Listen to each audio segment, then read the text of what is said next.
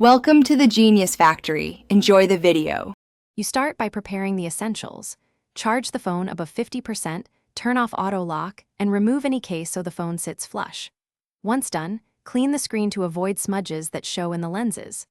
Open the Shinecon front plate, position the phone precisely in the center tray, and engage the clips so it won't shift. Make sure orientation matches the app, left/right halves aligned, and that any headphone jack or cable is accessible before you close the cover. Next, fit the headset and configure optics.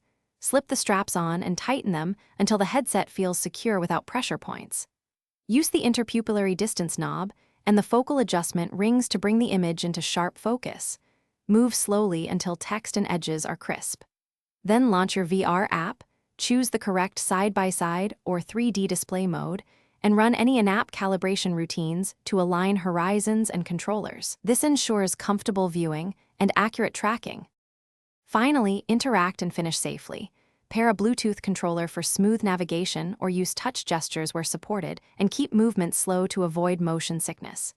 Make sure the headset sits level and that you take regular short breaks. Prolonged use strains eyes and neck.